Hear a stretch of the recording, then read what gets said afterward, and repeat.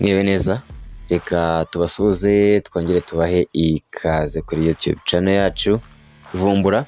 Nk'ibisanzwe rero amakuru yacu yo yibanda kuri cryptocurrency, ariko uyu munsi by'umwihariko turaza kugaruka kuri wa mushinga wacu witwa Pi Network.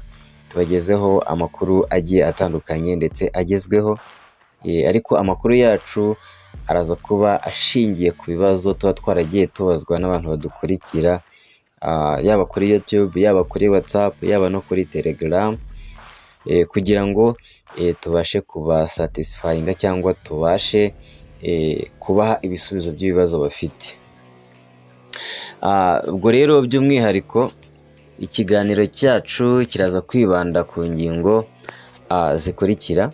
Ni ingingo zigera ku ngingo enye. Ingingo yacu ya mbere iraza kugira iti ni ukubera iki dukwiriye gutangira gucururiza cyangwa gucuruza ziriya payi zacu.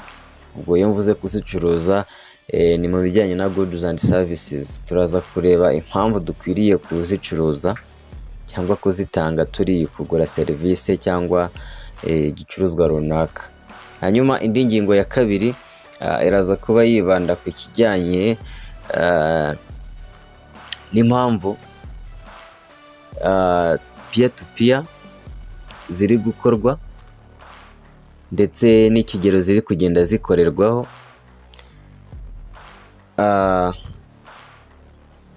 kugira ngo turebe ese ibi nabyo biri kugira iyihe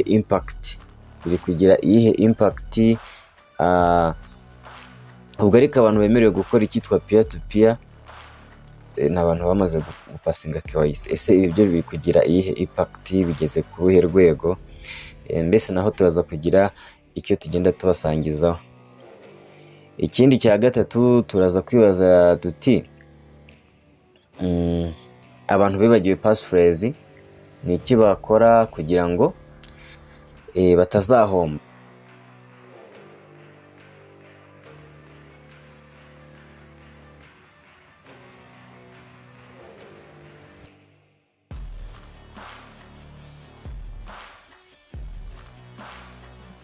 Ama passphrase barayibagiwe, turaza kureba icyo bakora kugira ngo babashe kurikavaringa ya ma passphrase yabo, n'inama tubagenda tubagira y'icyo bakora. Ikindi kintu turaza kurebera hamwe, ese ni ukubera iki abantu benshi bamaze guca muri KYC batajya babona payi zabo kuri available balance. Iki kibazo abantu benshi bakunda kukimbaza, bakambaza bati hari payi twakoze migration ariko payi zacu ntizigeze zigaragara kuri available balance. Ngira ngo mwese murabizi ko mu minsi ishize bavuze ko migration iri muri progress. Migration ku bantu bakoze KYC bari bavuze ko iri gukorwa. Rero ibyo nibyo tugiye kurebera hamwe. Kwibutsa nimba utarakora subscribe kuri iyi channel yacu Vumbura, ushobora gukanda kuri subscribe ugakanda no kunzogera, kuko ni inkunga ikomeye cyane uba ugenda udutera kugira ngo tugire motivation n'ubutaha tuzabagezaho ibiganiro bigiye bisobanutse. Yes, twari turimo twibaza ngo ku ngingo ya mbere, ubwo tugarutse gutangira ikiganiro, no kubera iki dukwiriye gutangira gukoresha payi zacu ku bantu bakoze KYC, twimvovinga mu bintu bijyanye no kugura no kugurisha serivisi. Rero hano witwa Nicolas Kokarisi hari advice yatanze ivuga ko abantu bakoze KYC bakayipasinga bakwiriye gutangira gukora trading cyangwa ubucuruzi, aho bashobora kugura igicuruzwa cyangwa bakagura serivisi cyangwa bakaba bayigurisha. Impamvu ibi ngibi bikwiriye gukorwa, twese turabizi hari abantu bemera babonye, hari abantu twakwita abemera gato, kandi nibo benshi cyane ugereranyije n'abari mu mushinga wa Pi Network. Abo bantu bose rero Dr. Nicolas agenda avuga ko uko twarushaho kugura igicuruzwa cyangwa serivisi, cyangwa tukagurisha igicuruzwa cyangwa serivisi tukishyura dukoresheje Pi Network, bwa ndibanda ku bantu bakoze KYC, Ibi ngibi bituma ecosystem ya Pi network igira imbaraga ndetse n'abayuza ba Pi network bakiyongera. By'umwihariko turabizi neza ko ubu ngubu nubwo turi muri enclosed mainnet, aba users bari kuri byibuze miliyoni 35, ariko turamutse dukoze iki gikorwa cyo kugura no kugurisha serivisi tukishyurana mu mapayi, ibi ngibi byakurura abandi bantu bigatuma bazamuka byibuze bakaba bagera ku cyifuzo cy'uyu mushinga. Ni ukuvuga ngo muri uyu mushinga wa Pi network byibuze barifuza kugera ku ba users barenga miliyoni 100, kandi ibi ngibi byashoboka mu gihe twaba dutangiye gukora ano ma transaction, tugura serivisi tuzigurisha, na babandi batemera bakabona ko ibintu bishoboka bose bakaza bakimvolvinga muri wa mushinga wacu wa Pi network. Okay, hanyuma rero ubwo ku ngingo ya kabiri cyangwa ingingo ya kabiri twagombaga kuganiraho, twibazaga duti ese peer to peer transaction ziri gukorwa ku kihe kigero ku bantu bamaze gupasinga KYC, ubwo nibo twari turimo twibandaho. Hano rero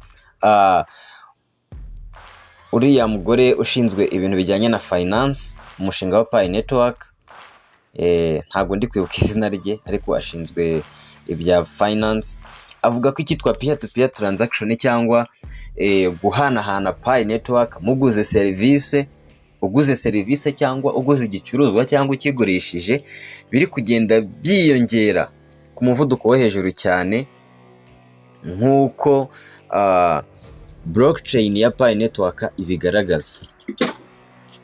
Ibi ngibi rero muri beginning cyangwa mu ntangiriro biri kugendera ku kigero cyo hejuru cyane, mbese ibyari byitezwe byose ko bizakorwa biri kugenda neza mu bijyanye no gukora ama transaction. Ahangaha rero bagakomeza bavuga ko ibi ngibi bizakurura abantu bashyashya, the new users, kuba nabo bakwengaginga cyangwa bakwinvolvinga cyangwa nabo bagira uruhare muri uno mushinga wacu wa Pi network. Ubwo rero muri kumva ko uyu mushinga wa Pi network uri kugenda ufata indi ntera, kuko nimba abantu bemvolvinga cyangwa bakora ama transaction, abantu basobanukiwe imikorere y'uyu mushinga bamaze gupasinga KYC, niba bari kubikora ku kigero gishimishije, ni byiza cyane kuri twebwe, kuko uko Pi network igenda iba popular cyangwa imenywa n'abantu benshi, twebwe abayimayininze cyangwa uko yizerwa n'abantu benshi, abayimayininze nitwe biba bifitiye inyungu, kuko abo batayimayininze nitwe bazakenera kugira ngo bazadukure izo Pi dufite, bizaba costing amafaranga menshi, kandi ayo mafaranga menshi bazayaha twebwe abizeye umushinga bwa mbere. Nk'uko twari twabibonye rero, reka tujye ku ngingo ya gatatu. Ingingo ya gatatu yacu yari iri kwibanda ku bantu cyangwa yavugaga ku bantu bibagiwe passphrase. Nimba waribagiwe passphrase wakoresheje uri guconnectinga wallet yawe hariya muri Pi network, reka nkubwire ko biracyashoboka ko ushobora gucreatinga passphrase nshyashya, gucreate passphrase nshyashya, unyura, ubwo ndabivuga mu magambo, ubwo nta practice turi bukore, ubwo byasaba ko dukora video kwayo kugira ngo tugende tubibereka, ariko ndakeka ndaza kuyikora. No kuvuga ngo uragenda ugafungura Pi browser. Gufungura Pi browser no kunyura kuri Pi network, unyura kuri Pi network, wangiza ukagenda ugakanda ahantu handitse Pi browser, ugahita ubona ahandi handitse sign in to Pi browser, ugakandaho ukagera kuri Pi browser. Wamara kugera ahanditse Pi browser ugakanda ahanditse wallet.p, hanyuma ugahita ureba ahantu handitse ngo reset wallet. Iyo ukanze kuri reset wallet baguha passphrase cyangwa amagambo 12 cyangwa 24 mashya. Ayo magambo rero bakugira inama yo kuyasavinga cyangwa yo gushaka ahantu yandika, kandi ukayandika neza uko akurikirana kugira ngo utazayibagirwa. Ayo magambo niyo bita passphrase, my friends. Ugomba kuyakipinga wero, ugomba kuyabika neza. Hanyuma iyo umaze kuyabona, kubera ko na wallet address yawe iba yahindutse, icyo ukora ni iki? Icyo ukora ni ukugaruka muri Pi network yawe, hanyuma ugakanda kuri twa tudomo dutatu hejuru mu nguni, ugahita ukanda ahantu handitse mainnet, ugahita hamanuka ibindi ugakanda handitse mainnet checklist, hanyuma ugahita ubona ahanditse ngo confirm your Pi wallet. Reba ahantu hegereye cyangwa kuri kamhite kuri phase ya gatatu cyangwa kuri step ya gatatu, urareba ahantu handitse confirm your Pi wallet, nyine hamwe washyize address yawe bwa mbere, hanyuma ugahita ukanda ahantu handitse confirm your Pi wallet. Wamara kuhakanda ugahita ubona umwanya urapestingamo cyangwa urandikamo za passphrase zawe, ya magambo 12 cyangwa 24 baraba baguhaye. Ibyo wabirangiza ugahita ureba munsi nanone ahantu handitse ngo confirm your Pi wallet. Ubwo wallet address yawe nshyashya uzakoresha uri gukora migration ikabibaye confirmed kuri passphrase nshyashya. Iyo passphrase rero yawe ugasabwa kuyibika cyangwa kuyistoringa neza, ukayandika neza ku buryo utazayibagirwa cyangwa ku buryo nta wundi muntu n'umwe uzayibona, kuko wayibona wese yakwiba.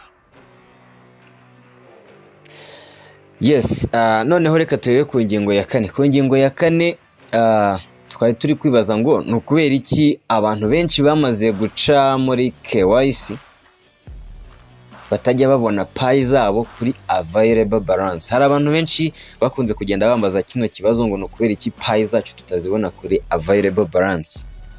Igisubizo kiroroshye cyane, ntabwo kigoye. Igisubizo ni iki: ibi ngibi byose byagiye biterwa na lockup bakoze. Ni ukuvuga ngo twabonye ko lockup ikorwa, ushobora gukora lockup ya 25%, 50%, 90%, 100%. Rero nimba warakoze lockup y'ijana ku ijana, bivuze ngo migration ya Pi zawe izabaho, ndetse Pi zawe uzazibona kuri Pi browser, kuri wallet yawe ya Pi browser, ariko ntago zizaba ziri kuri available balance. Ariko munsi yaho izo Pi zawe zabaye migrated, kubera ko migration iri gukorwa, Pi zawe uzazibona munsi zilokinze cyangwa ziriho akantu kameze nk'akagufuri. Bivuze ngo izo Pi nta kintu wazikoresha, nta nubwo zajya kuri available balance, ariko ni Pi zawe. Hanyuma bitewe na cya gihe wazilokinzemo, icyo gihe nikirangira zizaba unlocked, zijye kuri available balance ubashe kuzikoresha. Ubwo ndakeka birasobanutse kuri iki kintu kijyanye no kuba utabona Pi zawe kuri available balance. Nta mpamvu yo kuvuga ngo byacitse, nta n'impamvu yo kugira ubwoba. Okay guys, ndakeka ikiganiro cyabaye kirekire, ariko nta kundi nagombaga kubaha amakuru. Hanyuma reka nsoze mbashimira mwese abo tugenda tubana, abatwereka ko turi kumwe. Mbibutsa ko nimba ufite ikibazo, inyunganizi icyo ari cyo cyose cyangwa icyifuzo icyo ari cyo cyose, ugishyira muri comment, hanyuma tukagisoma tukagisubiza ako kanya. Ikindi nimba wifuza kugira icyo utubaza, nimero ya WhatsApp yacu iba iri munsi y'iyi video.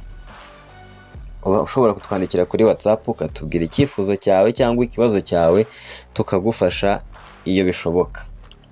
Okay, reka rero nsoze mbashimira, mbifuriza ibihe byiza. Nanone mbibutsa ko mutagomba kwibagirwa kumayininga, ntuzagire n'isegonda na rimwe utakaza mu bijyanye no kumayininga. Okay, thank you so much. Yari Vumbura kuri Vumbura TV.